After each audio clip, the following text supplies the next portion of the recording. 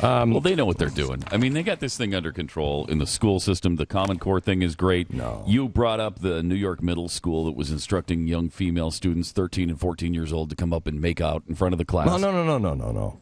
No, that's not cheaping it. Okay. They had all the 13 and 14-year-old girls make a line so they were facing each other. Yes. And then each of them had to gaze into each other's eyes and say, I'd like to make out with you. And just get comfortable with that. Yeah. And then... if it was allowed by the person they'd like to make out with. No. If they said yes, then they could kiss. Yeah, well, they could kiss if it was allowed, if they both said yes. Yes. And then they had They're to... both consenting minors. Yes. I mean, they're 13-year-olds. 13, of course. come on now. I mean, who are Come you on to now. say? So then they had to have a deep conversation, but a meaningful conversation on being each other's lovers. And I know I'm totally open for that. I'm just a bigot. I don't like it when it's lesbians. I would be totally fine with that if it was a line of boys saying that to a line of girls. I'd be totally cool with that. It's just my hatred for anything that's different than traditional way of looking at things. Sure. You know. But here's the good thing. By the way, the school superintendent said, we might go for some sort of parental warning next time. I'm not really sure if we need one, though. So that's good. So you got that. You might have that. And Common Core in Indiana, you might have it. You might not. Your governor might be for it. He might not. You don't know. All the 14-year-olds were also told that sex is common among 14-year-olds, and there's really nothing your parents can do about it. In fact, the boys were shepherded off to another place where the boys could talk, boy things. And, so they were a little more frank with the boys because, boys will be boys. And so they were told there that they were all given condoms and told they should always have a condom in their pocket or in their wallet. Good safety tip. They should always have one. And then they were instructed you never know when spontaneous sex is going to break out. No, among 13 and 14-year-old you don't. boys. You need to have that condom at all times. And you really do. The school is the place to dispense get those them. things. Yeah. Yes. So anyway, so they were talking about that, and they were also then they defined slut for the boys. They said, we just have to make sure. Now, this is, by the way, an anti-bullying thing. So they wanted to define sluts, and I'm not sure if you can bully sluts or not, because they are sluts. And they were told that you should have a condom on, not on. Well, you know what? Why not? Why not? Why not? You never know when you might need one. That's So right. go ahead and just wear it. Forget about putting it in your pocket. Get up in the morning and put a condom on. Because you brush your teeth, you put on your condom, you're ready to start the day. we all put our condoms on one leg at a time or whatever. And I think that's what we all have to... I'm not sure that expression really works. Well, But you never know. Anyway, so we're going to be a test. There'll be a test on that later. all right. So I think this is really, really good, and I can't imagine anybody great. having any problem, especially when you learn that there's some other things that, as Al Gore said, that you may not be aware of, but your kids do. They know these things, but you are, you're from a different time. You probably were for slavery. Well, they were taught a couple of great words like pansexual, because that is a word that doesn't limit you. No. It doesn't pigeonhole you into one thing, one sexuality. Pansexual Really is crossing all the sexual boundaries. Is it have anything to do with like Pan-Asian restaurants or anything? No. Okay. Mm-mm. But the other one was genderqueer. Well, I don't know. Wait, hold it just a second. I'm back up just a second. Let's just say I'm not fully aware of genderqueer. No, of pansexual. Oh, pansexual. That just means I can have sex with anybody. Yes, you can have sex with all things.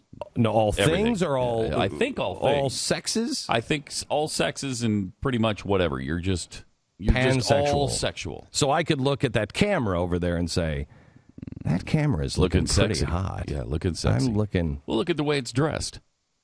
Or not. Or in not its case, dressed. he comes naked into the studio all the time. Yes. Excuse me just a second. So that would make me pansexual? Yes. Jeffy, could you verify that because you're our resident deviant? As far as I know, pansexual is just sex with all different humans. It's all humans. All humans. It's all humans. It doesn't include the animals or the trees. Inanimate objects or All anything. right. Okay. Pansexual All right. could be for sex with anyone. What is the difference between pansexual and bisexual?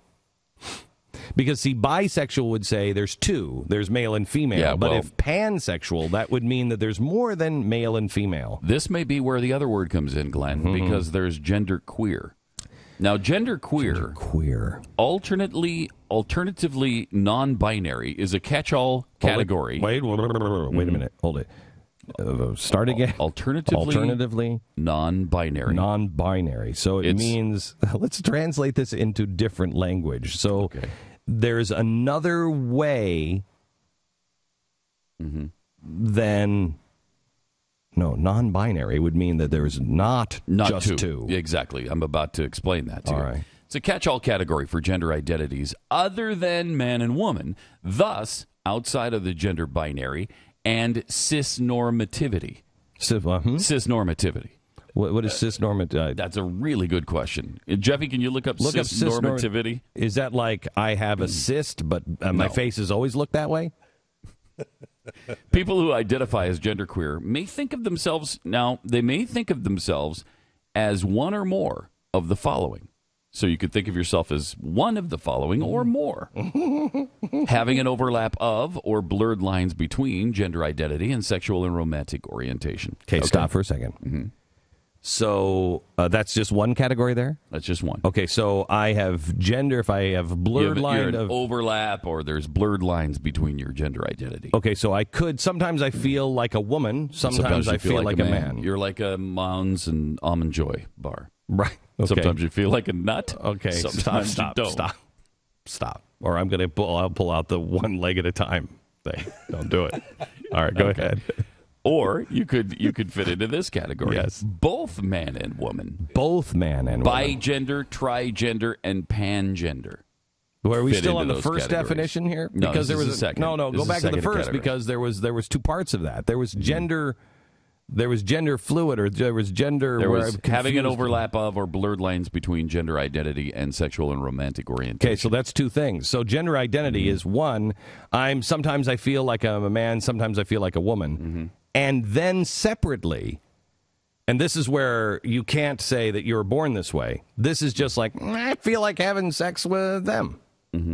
So the first one would be, I was born confused. I can't pick because the good Lord didn't make me a chooser, I suppose. And the second is the choice. You're both man and woman. I'm romantically interested in pretty much anybody. Yeah.